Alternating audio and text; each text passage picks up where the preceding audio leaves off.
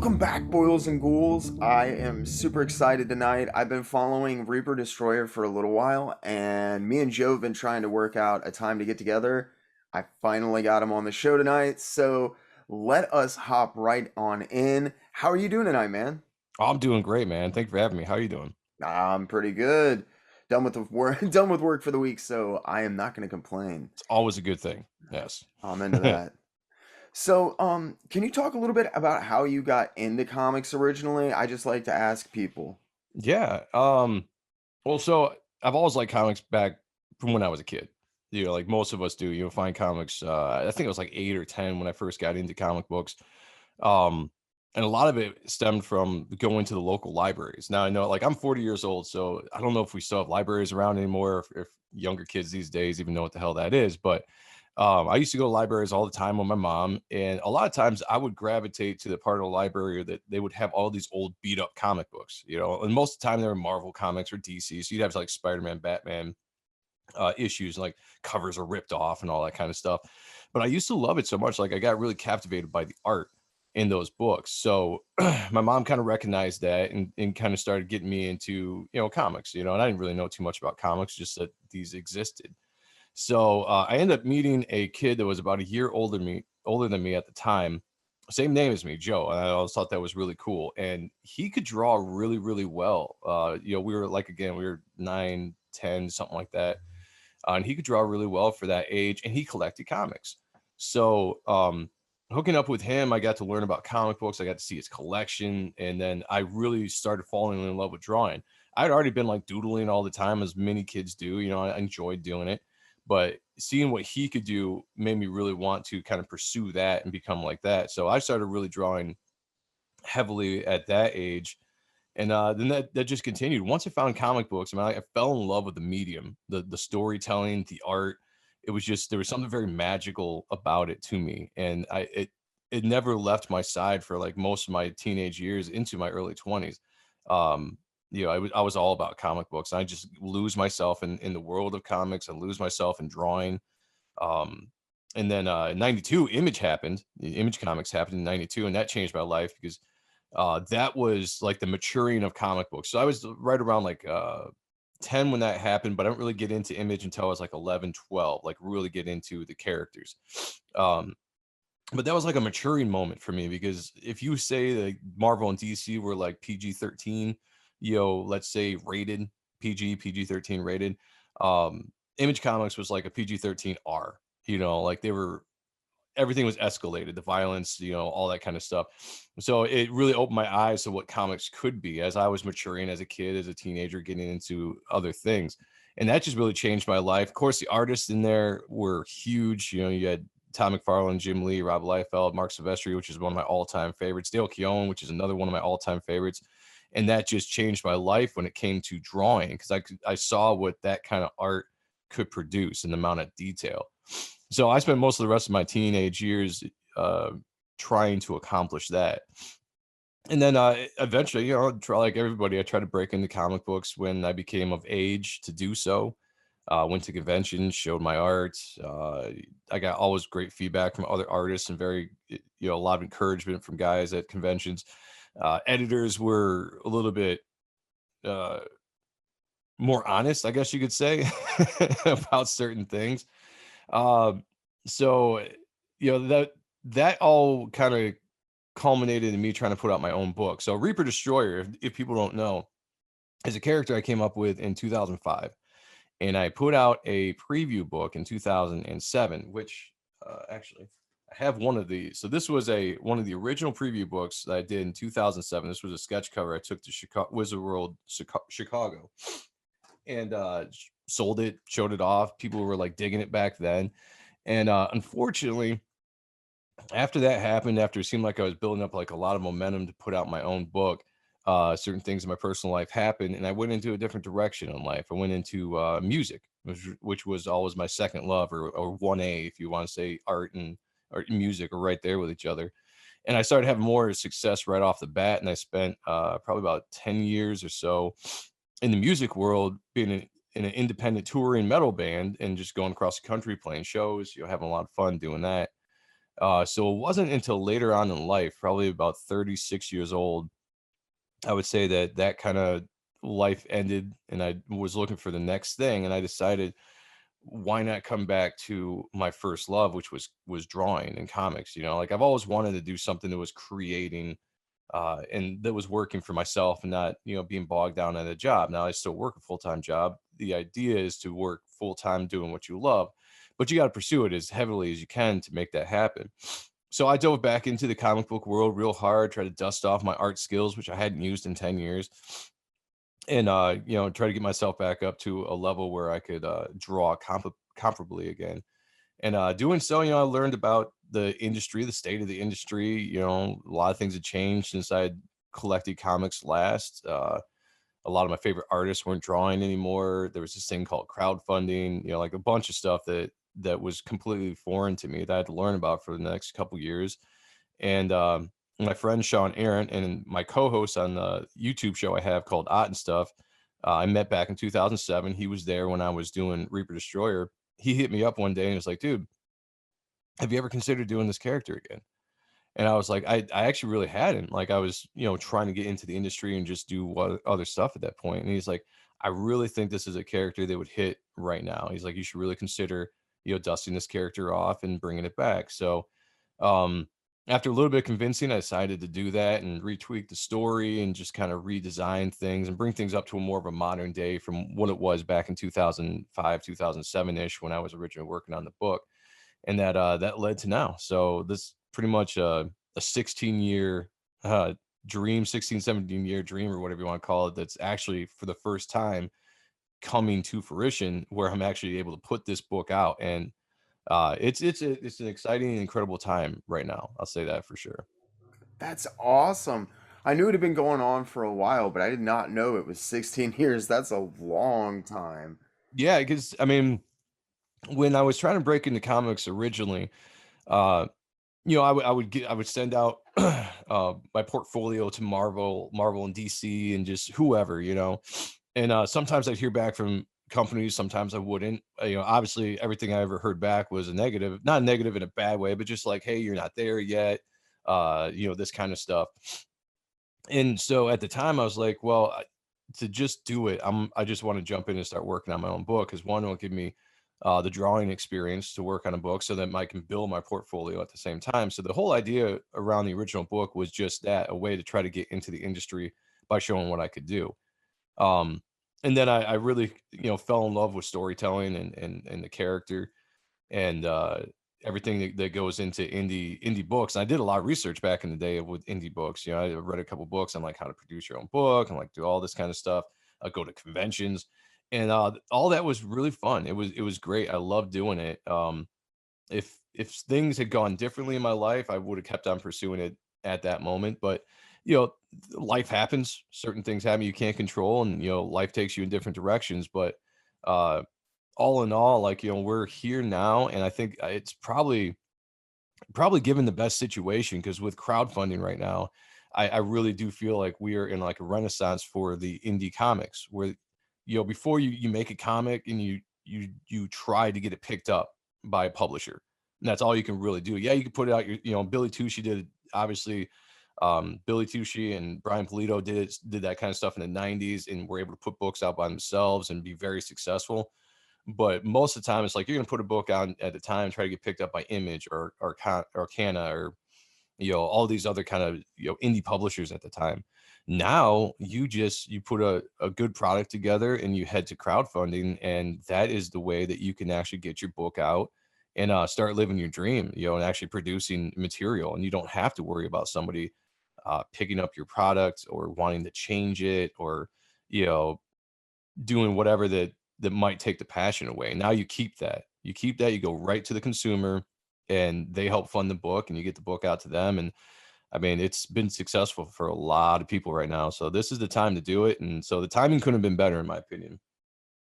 Yeah, I really think that Renaissance is a good term because crowdsourcing has really changed stuff. I see like the whole face of the industry over the next decade completely changing. Yeah. As a guy who was trying to launch his own book, pre all of this direct communication with your fans and Hmm. having to go to conventions and getting a physical product put together even before you had something to, really sell as far as a book. Right. Yeah. Has it been a hard learning curve, or has it been, I'm curious whether it's more difficult or I mean, there's definitely a learning curve to it for sure. There's once you kind of learn how to do it and what you're doing, it becomes a little bit easier as far as understanding.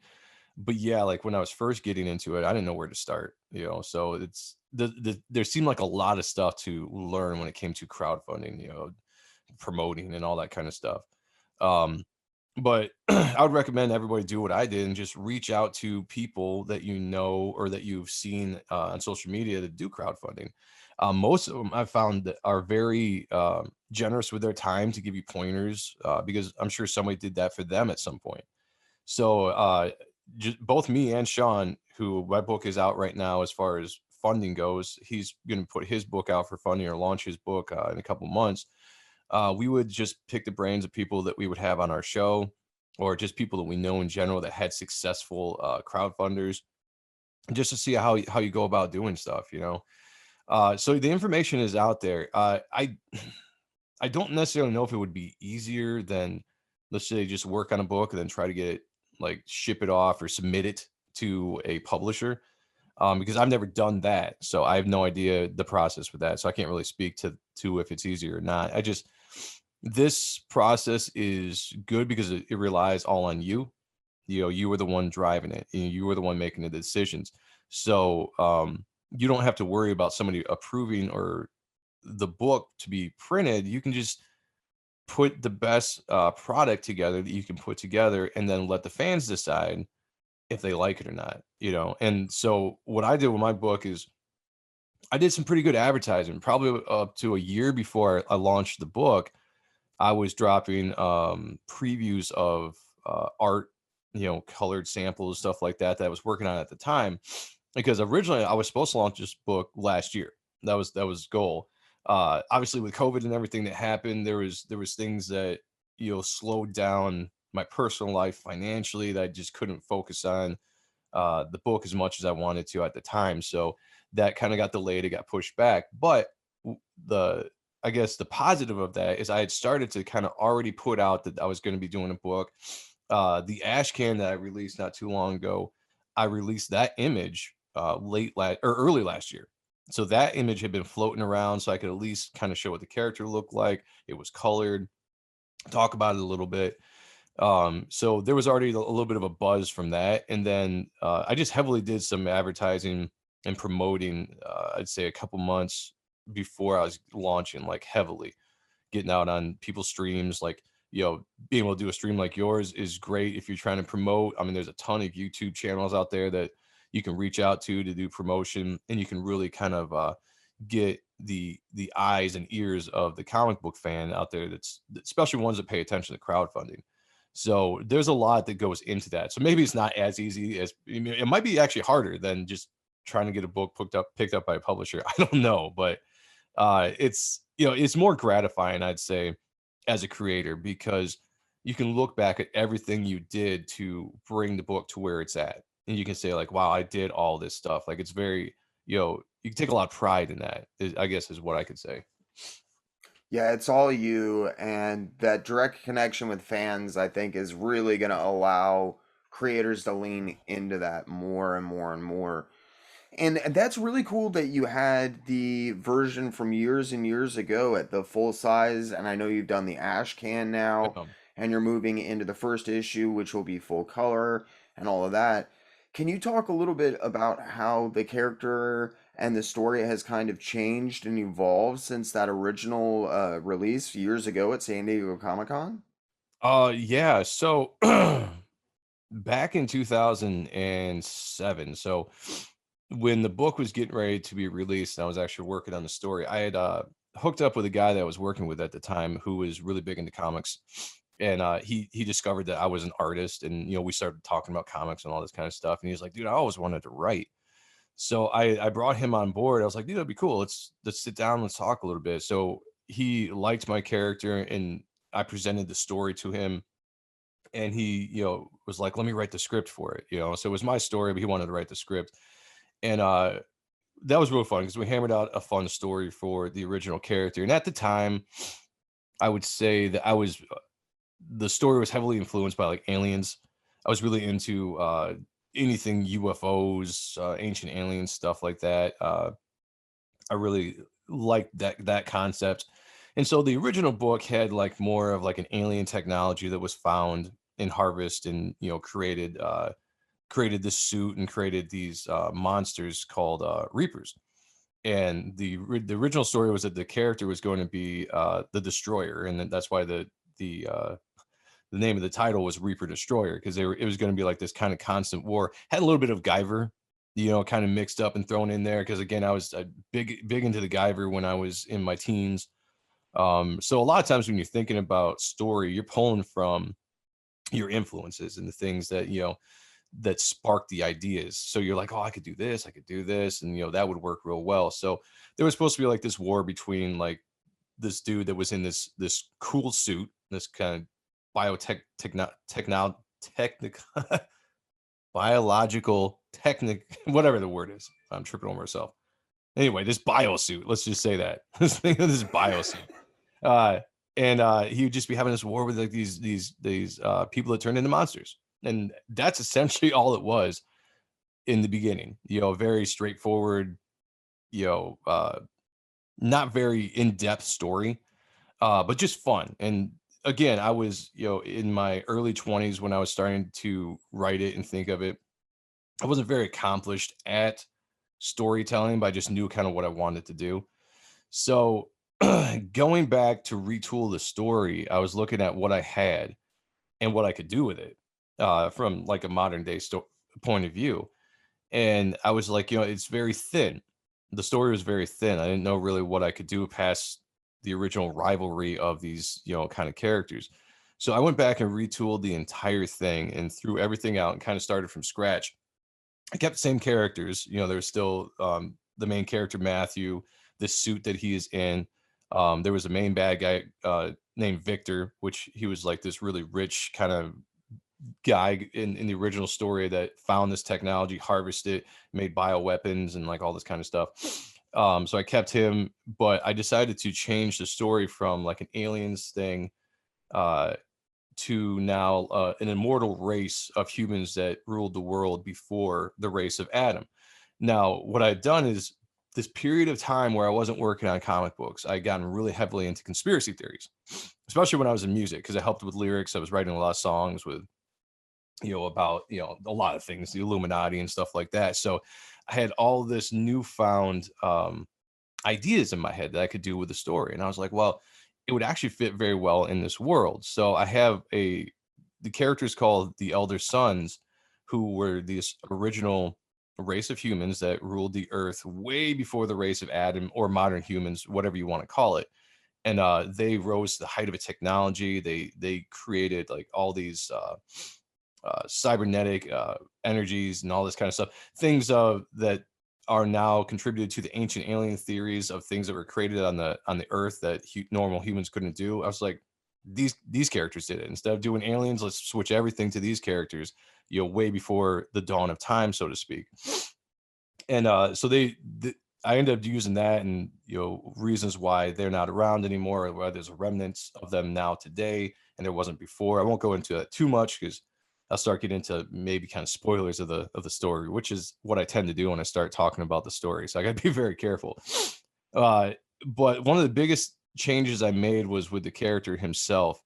So originally, Matthew was just a dude that got caught up in some bad business and found himself in this suit. There was a storyline where I had involving his stepfather being killed, who killed his stepfather, and just kind of this stuff that really didn't fit in the story anymore. It's like, like try to take out a lot of this stuff that would be more confusing, and let's put a main focus on why the character is. So we put this character in the suit now. It's more of a mystery of how he got in the suit, why he's in the suit. And we added an element of a secondary character, which I guess you could call like the second main character of the story, called Apophis, which is the ancient spirit of death, who we put inside the suit with him. that is trying to possess his soul. So I wanted to create more of a struggle for the main character to have than he originally had, which honestly the original character didn't have a struggle. There was no storytelling in there to why we cared about the character or any kind of growth for the character to have over the story. So these were things I was learning or doing as I was learning how to write and how to actually produce a storytelling and character building. So now, yeah, he's dealing with this twofold. He's got an enemy inside himself that is trying to possess him, so he's got to fight that every single day. He's imprisoned in the supernatural suit of armor that he doesn't understand. He has very limited memories of who he was before this event happened, and he's got a form of PTSD that, when he's triggered, will throw him into a very nightmarish version of the events that turned him into this Reaper Destroyer character that he now finds himself. So the whole story went from being a very straight on, this is what we're doing, to now a mystery that we can unravel as we watch the character kind of put the pieces together of what happened to him and what his purpose is now. So it changed quite a bit. Like there's almost nothing, excuse me, there's almost nothing from the original book that's still in the main book, with the exception of the characters. And I just kind of retooled them all and put them in different places and formed a brand new story around them. But I like it a lot better. It's much more in depth. Um, I'm a big fan of like Tolkien and guys that can create worlds and world history. And that's what I wanted to do with this book, which is one of the reasons why I sent it back to pretty much the dawn of time, because you now have hundreds of thousands of years, if not millions of years, to tell all these stories of how these characters came to be to modern day. So it allows us to be able to jump back and forth between time periods as well within this book to tell certain characters' origins. So that was fun in a way. So I got to build an entire world from scratch, and that was very cool. It exists in modern world, but also in a fantasy world. So there are certain things that happen in real life that will be in the book that we can all relate to, but then there'll also be a lot of fictitious things that happened in history or happened in the book that will relate to the story as well. So it gave me a lot of freedom to kind of just do what I wanted to do with everything involved in the story. Hopefully that made sense. No, it did, and that's really cool because I think taking that long of a break and coming back to an idea can either be a really good thing or it can be really disastrous for some people. And that's really cool that you were able to bring new stuff to the character and kind of flesh it out and bring it into a new place in your life and where you were at, as opposed to kind of having like drag him around and beat him into a square, square peg in the round hole idea. Oh, absolutely. And there were things originally. So the original character I designed one day when I was just drawing, which is what I do a lot of times when I design characters. I'll just be drawing something, no real idea what it is, and I'll just start just doing whatever with it until something looks cool. I'm like, oh, this I could do something with this, so I'm gonna make it a character. And that's what happened with this character. He was originally, I don't even know if I have the original. Oh, I do. So yeah, the first picture I ever drew of this character was this picture, and I ended up liking it so much I made it the character. But it was just some random drawing I was doing of a dude with a trench coat and guns and a mask, and I wasn't really good at drawing faces back then, so I put a mask on everybody. So I ended up going with this character. Originally, he was more of like a cross between like Moon Knight and the Punisher. Again, very grounded character. It wasn't what we're doing now with the character. And so when I'm looking at the original design and what I wanted to do now with the character, is I'm adding on in all these kind of supernatural elements with the ancient spirit of death and uh, the technology aspect of what I want to do with the elder sons. It didn't make sense to have the character have certain things anymore, that I originally designed them with. So originally he had a trench coat. Originally he had guns that he kept in holsters. And I was like, well, the trench coat doesn't make sense because if he's wearing the suit of armor that's semi indestructible, this first time he goes through a fire, the first time he gets blasted by an enemy, that trench coat is gone, because it's not part of the suit. It's so it doesn't make any sense. So, but I like the idea of the hood. So I didn't want to ditch the hood, and I was really at the time trying to stay away from a hood and a cape because it's been done to death. But I couldn't find any way around it. So in order to keep the hood and keep the actual kind of cool look that I had put together, I wove that into the story of the Reaper Destroyer character.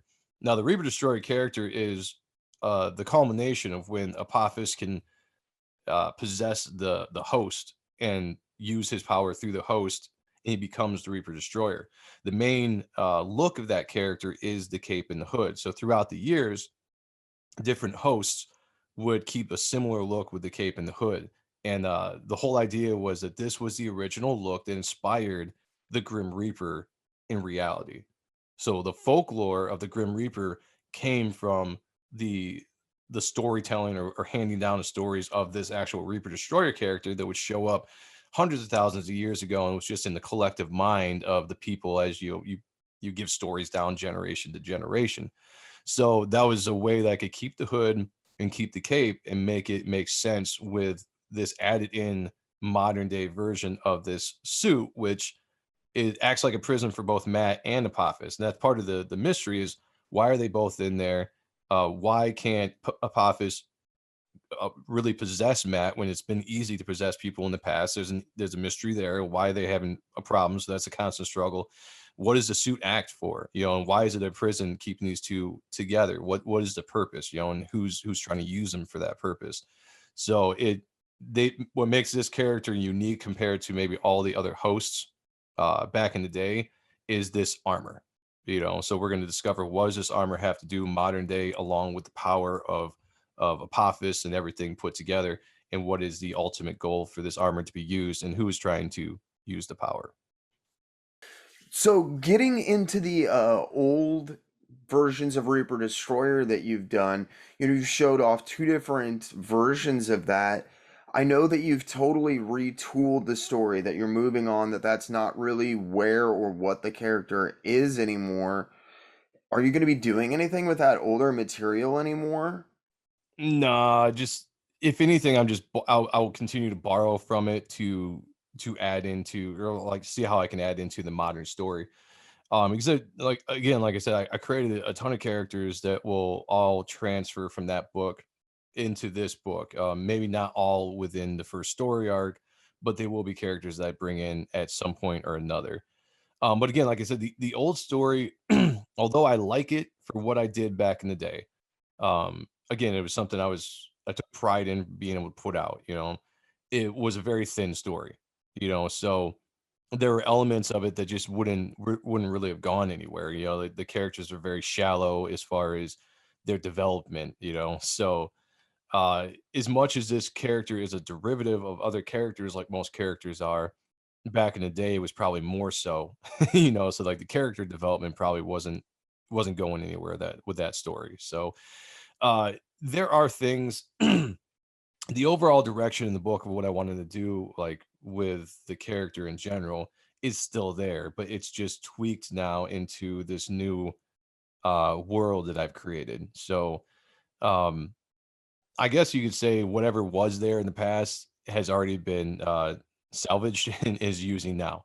So anything that is there is probably stuff that I was leaving on the cutting room floor anyway.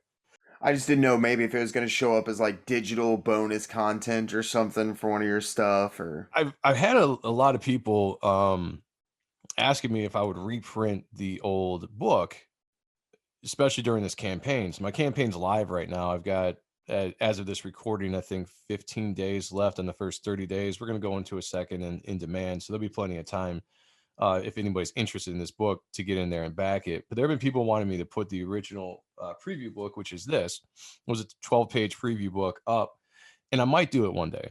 I might do it and just kind of retool it because the original preview book, this I only had it was a preview book because there was one page of colors, one page of flats, and then we went into inks and pencils and like all this kind of stuff. So I mean there was lots of things I liked about it, from back in the day. Uh so it'd be cool. I might do that. I might do that at some point, almost like an Elseworld kind of storytelling. It has nothing to do with the modern day story, but if people are interested in and wanting to collect it, yeah, I might actually do that and put it out, maybe get it colored. I'm not sure, but maybe one day if the demand is there, I'll get that out for people that would like to collect all the Reaper Destroyer history. I was just curious. It's really cool that you've been working on the character that long, and it would be really nice to even just have that to kind of look next to each other and see the growth and the evolution of what was going on. Yeah. Yeah, because there'd be quite a bit. I'll tell you what, if you read the new book and then you read the old preview, you definitely see what I'm talking about with how much the story is. It's now a story. Like that's the thing. Like now it is actually a story. There's a purpose of where we're going, where we're taking the characters, there's direction. The preview book, even though it was only 12 pages, it was a fun read. It was a fun read. I introduced you to the characters that were going to be in the book in those pages. But I really, reading back in the book, I really don't think I told you too much about what the book was about within those pages. And that's the thing. Like I was like, I don't really know what this book is about, honestly, reading it. So, other than just generally retooling things, you've got a collaborator. I know that you're working with a writer now. Was there another person originally involved with Reaper Destroyer, or was that just all you? Yeah, I've had many different people. Like the characters all me, the stories all me, the plot and all that kind of stuff is me. But I like collaborating with other people, especially when it comes to like writers, because I've said before, like I don't consider myself a writer yet. I consider myself a storyteller. But when it comes to actually writing a comic book, when you're talking about the nuances of character development, pacing, uh, making sure we're doing page turns correctly and all that kind of stuff, it's nice to have an actual writer on board that focuses on that stuff. So when I started doing the book again, I reached out to a friend of mine, Joel Rodriguez, which was he was doing a lot of stuff in the indie scene and Kickstarter. Oh, crap, I can't remember the name of his book offhand. I can't remember. I'll have to shoot you. I'll have to shoot you a message. So you can maybe like edit the name in or something to give him credit. But I enjoyed his writing, and he had a kind of a similar mindset of the influences I came from. He really was a fan of Spawn and Darkness, and I was like, hey, I got this character that's right up that alley. So I give him credit for sitting down with me and really helping me flesh out what I wanted to do with the story. Because again, like I had this big old plot and I knew where I wanted to go, A, B, middle, all that kind of stuff. But my weakness was like, how do we bring it all together and tell a seamless story? You know? So I brought him in and we had mini conversations and fun meetings where we would just be throwing ideas off each other. He'd be taking what I was taking. He would analyze it and he'd help kind of grow it. And we established what we wanted to do with the first issue. uh Coincidentally, I had all this stuff packed into the first issue. We had to edit out quite a bit of it because originally it was going to be a 22-page format because that's the standard comic book format for the industry. And if you're going to try to get it picked up by Image or Scout Comics or whatever is out there, you have to, 20 or 22 was kind of what to go. So we edited a bunch of stuff out and made a focus on Matt, on Spirit, and on the character Victor, and another character Vanessa, which are the four main characters. You're going to introduce those in the first issue, and we're going to establish what's going on and what parts they play. Um, he and I ended up parting ways. Nothing bad, no drama whatsoever. I got nothing but the best things to say about Joel. Just life happens again, and things just they don't work out. We went in different directions. So I went and approached Mark Polton, who has a long history of writing. I mean, he's wrote for Image, he wrote for DC. He's done a bunch of successful crowdfunders in Graveyard Shift and U.S. Assassins, and you just look up his title. He's got a ton of work. And I primarily approached him for like an editing point of view because I kind of knew what I was going to do with the story now because of all the work that Joel and I had done. But when he came on board, I also was like, well, hey, what would you be interested in still help me flesh out the story and, help me with the scripting and things of that nature? Because I enjoy scripting. I script the ash can, and he'll go back through it and just kind of edit, and tweak it and, make it sound a little bit better than maybe I would make it sound. But so bringing him on, you have a veteran hand with the book, which I really like. So I mean, the point of this book is to make it the best quality it can be, and that includes the creative team. So I wanted to make sure that any part that I was weak in, uh, that I would bring in an established veteran that would be strong in those areas to bring those parts out, so that this book is entertaining to everybody that reads it, and visually everybody that looks at it. So Mark has been on the book now probably since late last year.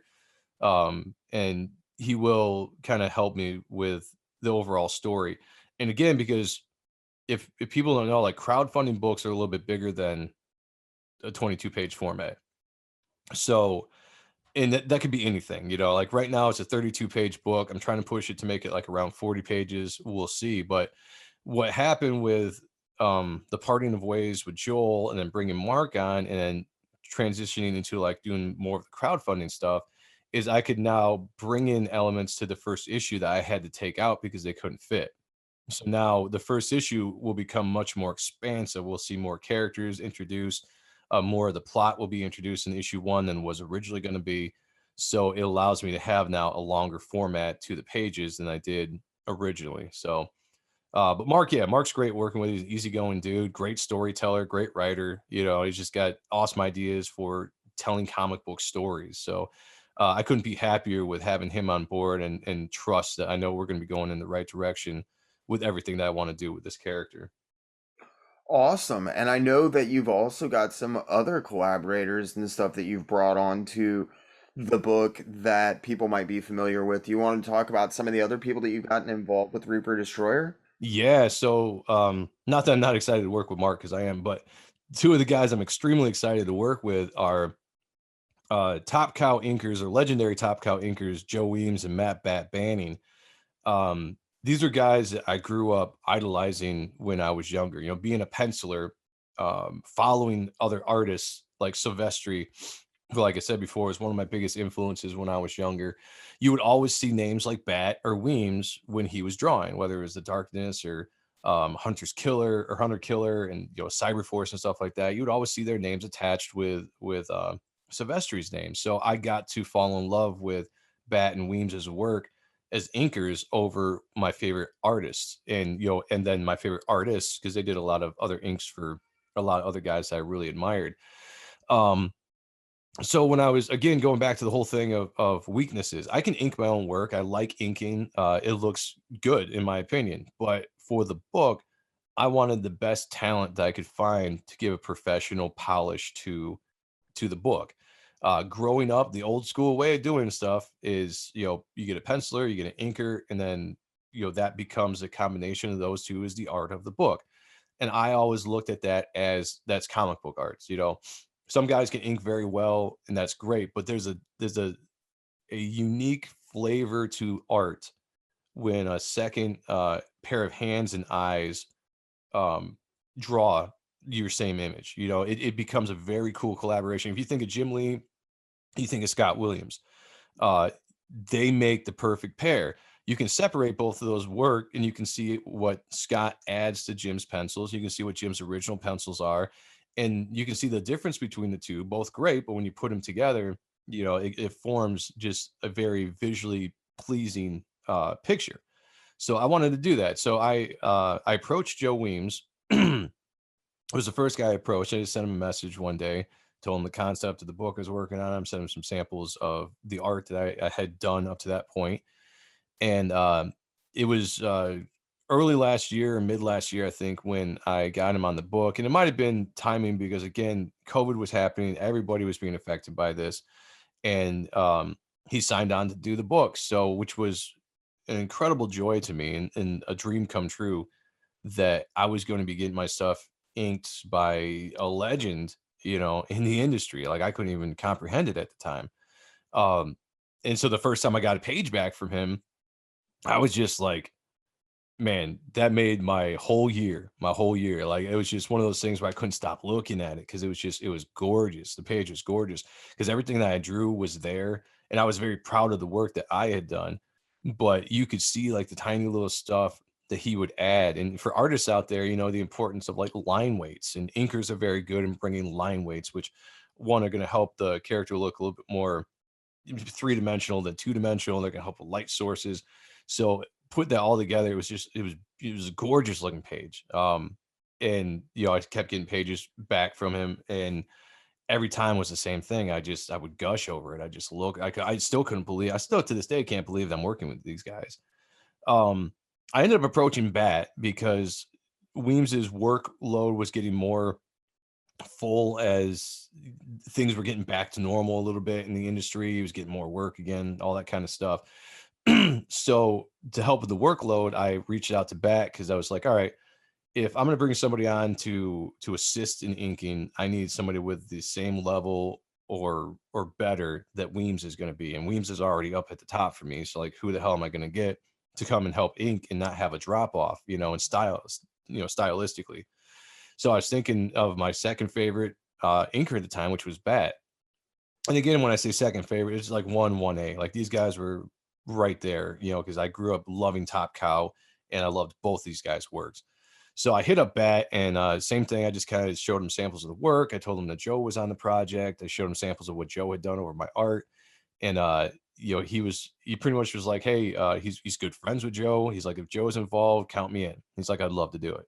So that's how I got Bat on the project. And again, that was another one of those things that was just like mind blowing to me that two of my favorite inkers of all time are working on my book, inking over my lines, and this was, talking about a dream I had from when I was 14, 16 years old of working at Top Cow and being able to be inked by these guys, like that was back then. That's what I couldn't wait to do. And here you go now, like, so many years later, I'm 40 years old and working on my own book, and these guys are on the book and they're just doing a phenomenal job inking over my pencils. And it's, uh, yeah, it's crazy. When I think about it, it still just kind of blows my mind that these guys are on the book. But I'm glad that they are because they bring that professional feel, which is what I want with this book. So, um, my skill as an artist, I'm pretty happy with right now. I'm still learning how to draw. I'm still, you never stop learning as an artist, but I'm happy with where I'm at right now for storytelling, for my art,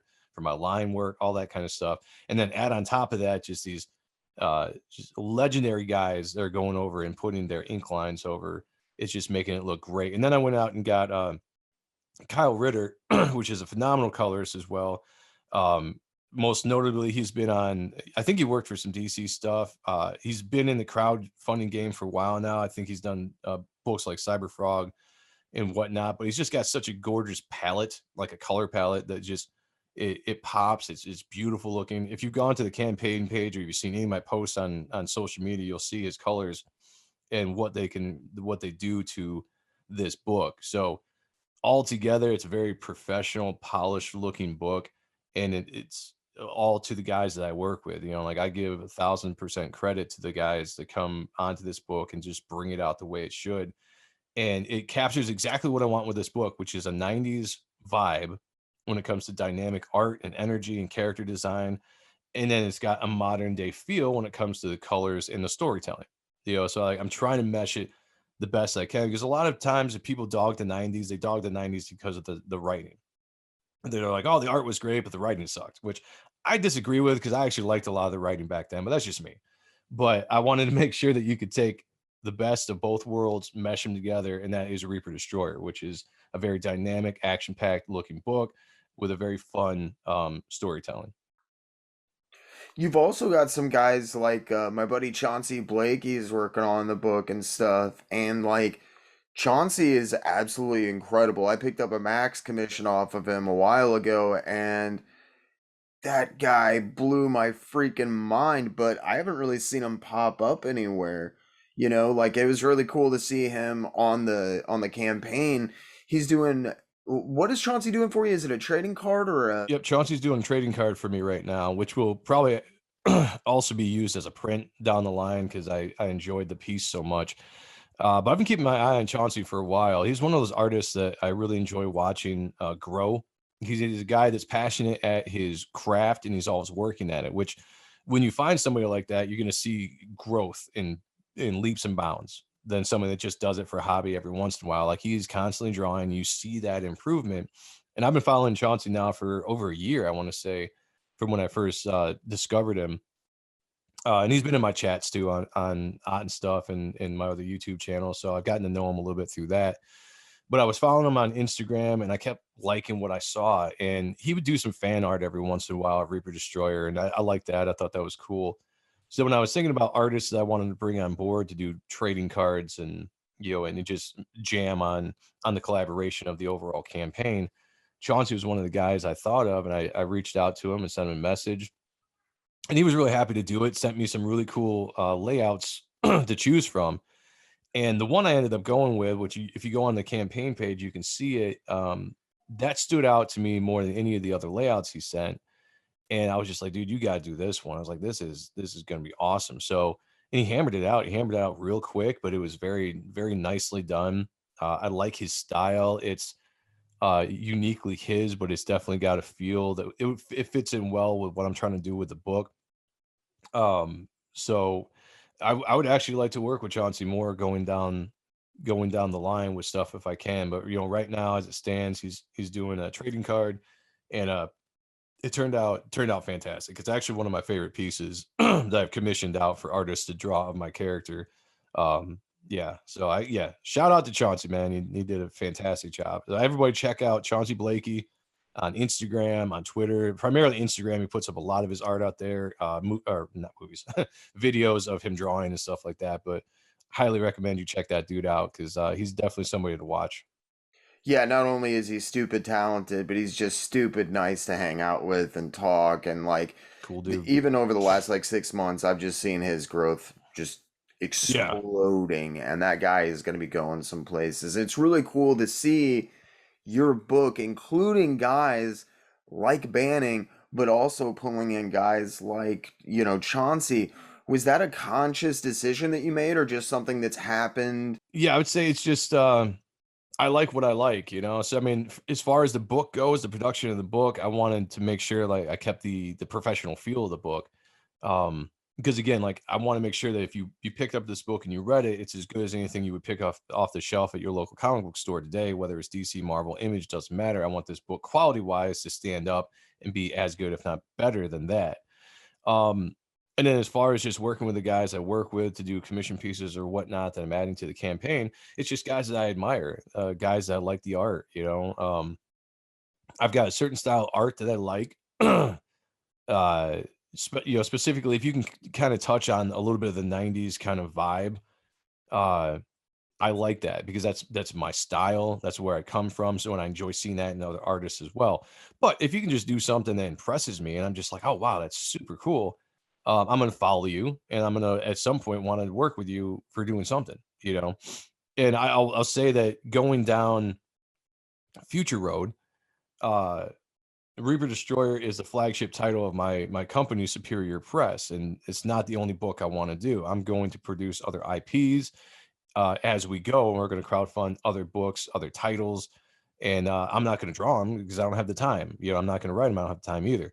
So I'm going to present the ideas. I'm going to be looking to hire other artists and writers as we go down the line. So I'm always looking out at other talent that is free for one, not free as in money, but just free as in the ability to work on stuff that I potentially could approach because I'd be like, hey, your art style would look perfect in my mind for what I want this book to look like. So, guys like Chauncey are people I always keep an eye on and just in general. So, I mean, if you're an artist out there, you're on Instagram, you're on Twitter, you follow me, I follow you, most likely I'm just paying attention a little bit and who knows? I could approach you for something in the future for a project because I want to grow this company, this business, into an actual company. Not just a one book company. So as far as Superior, is that like a, 5, 10 year game plan? Do you have stuff already kind of lined out in your head, or are you playing that more by ear? Right now, I got things lined out. The success so far of this campaign has definitely helped uh, make that seem more possible. Whereas before, it's just like you never know. You can just say like, "This is what I want to do in this amount of time," but we don't know how it's going to actually work until you start seeing people back the book. Now, Reaper Destroyer launched and did very, very well. We got a lot of time on it to do even better. So that's great. That's a good start. So that kind of kickstarted some of the other ideas I wanted to have. Like, all right, I can do this. Like so next year, theoretically, what I'd like to do is fulfill Reaper Destroyer, launch Reaper Destroyer 2 or issue 2, and then also launch my second IP at that moment next year.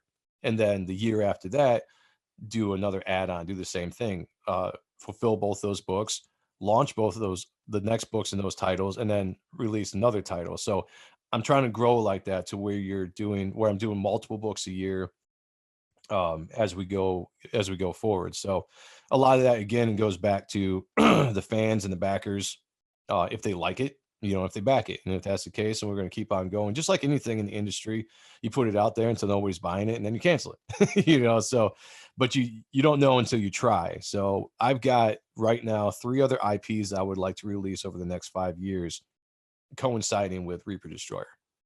So I will be looking for other talent and people to work on those books as we go. Right on. Wow, okay. So is this, it's going to be, I assume, kind of a shared cohesive universe, a la Image? Yeah, exactly, exactly. I mean, you nailed it right there. I was a huge fan of Image Comics, like I said, when I was growing up. I like that Image had a shared universe, but inside Image, you had all the studios by all the different partner owners, and in their studios was a shared universe within that.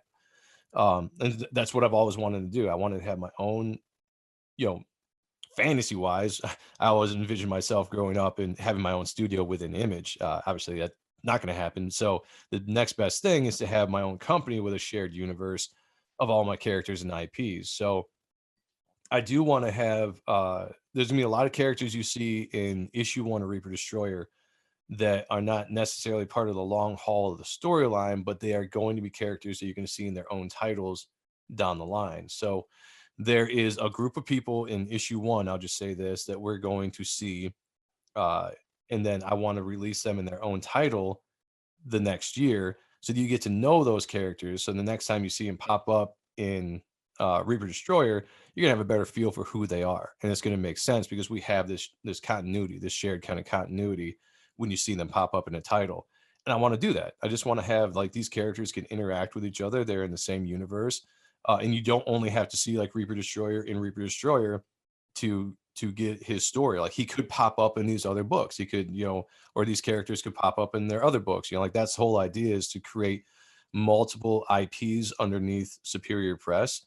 And then one day, who knows, you could bring them all together in a big, massive event. I'm not saying that that's going to happen, but you could do it because, I mean, why not? But yeah, absolutely, it's going to be a shared universe. So you have oh man, I'm sorry. I didn't know about that. So I'm kind of like, Yeah, I've just recently started to talk about that. And let people know that this was, and again, it's because of the success of Reaper Destroyer. The first, this is like what, 2 full weeks now. The first 2 full weeks of Reaper Destroyer being out has been very, very successful. So it kickstarted my plans more to be like, all right, I can do this, and now I'm going to start really thinking about the timeline to get these other books out and get working with other people to get these books out. So I've been starting to talk about it a little bit more, just about, yeah, that's what I'm doing here. I'm creating a shared universe with all my IPs. so as far as Rupert Destroyer goes, is it going to be an ongoing? Do you have it planned in like arcs as you launch other stuff, or what's going on? Yeah, it's going to be an ongoing title. Like I would like to do this character for the foreseeable future, but it is planned in story arcs. So the first story arc that we're starting with issue 1 is going to be a 4-issue story arc. It originally was a 6-issue story arc, but because I'm making the books bigger now, I'm pulling that all down, and I can put more stuff into a book now, and we're going to drop it to a 4-issue story arc. But as of right now, I've got like 25 issues worth of story that I would like to get to, just like blueprints of things of where I want to go with the characters. So I know quite a bit of what I want to do with him going down the line.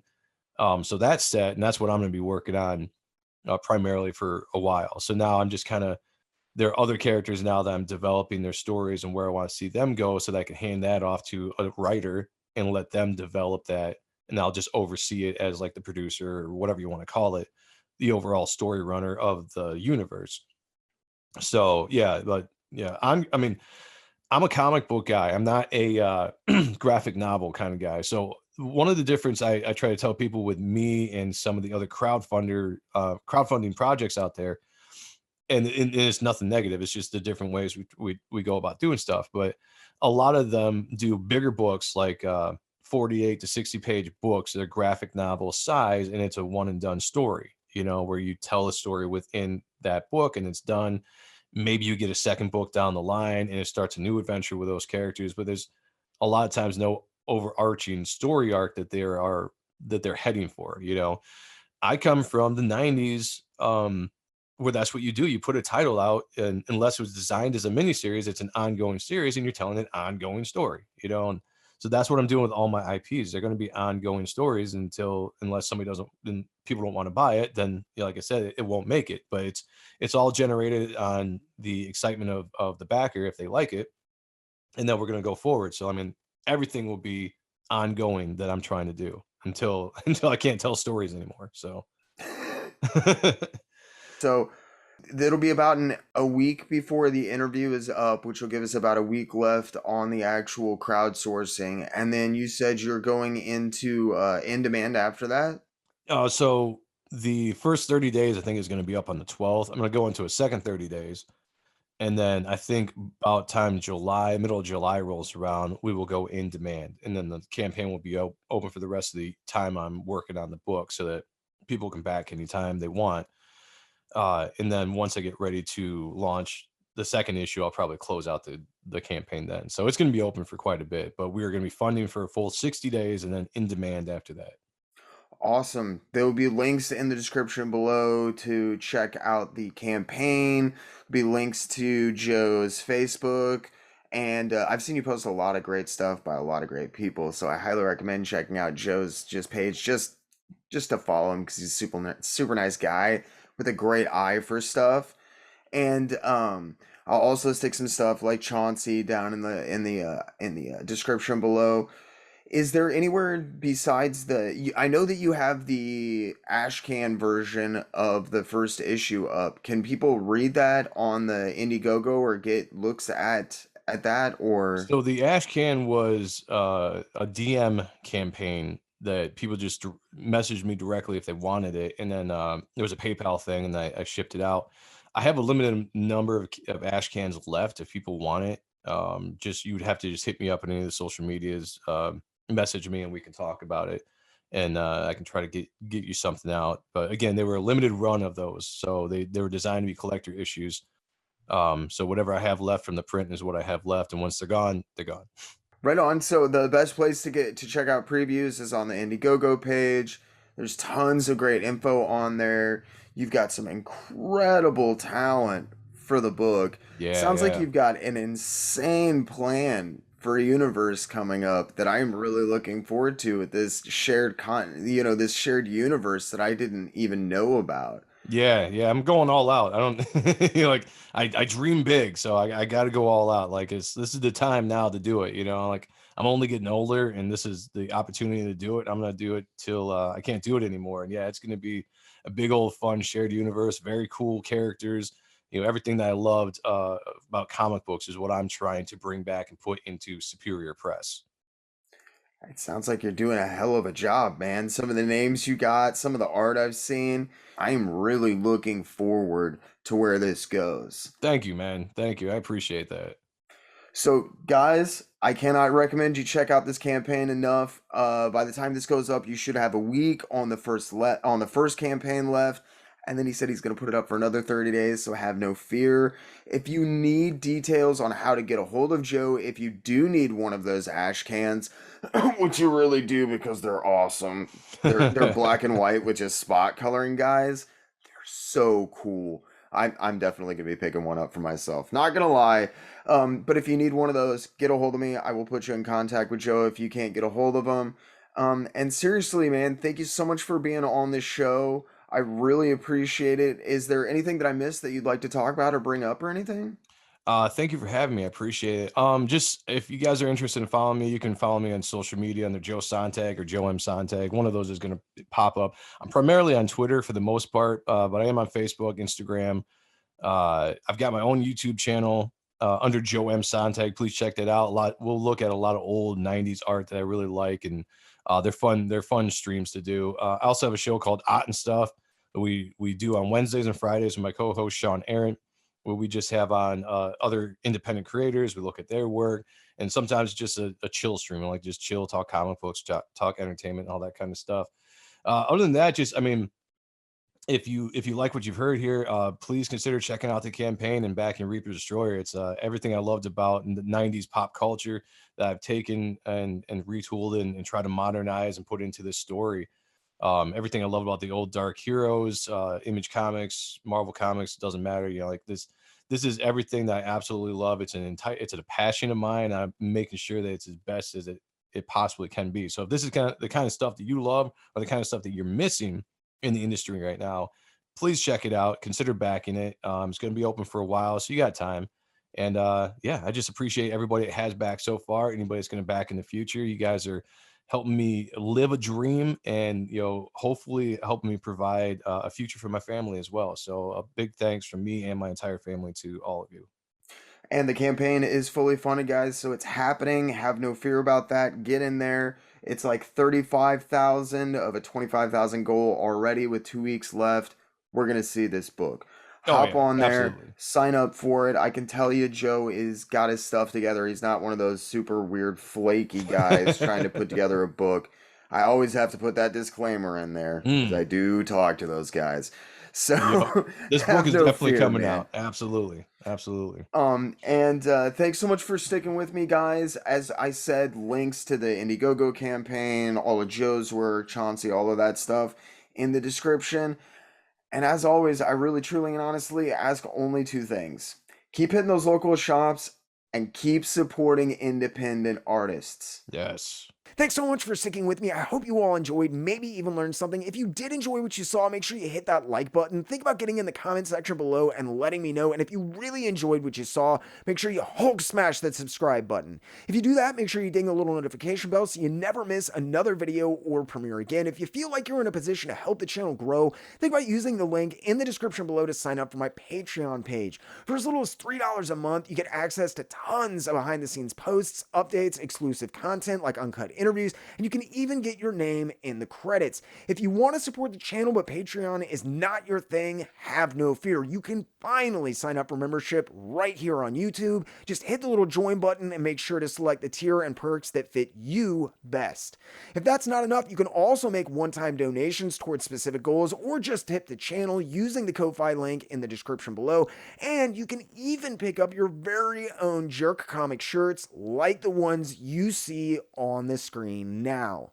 As always, this video was brought to you by the Jerk Broadcasting Service, as well as generous grants from the Patreon, Ko-Fi, and YouTube members you see on the screen now.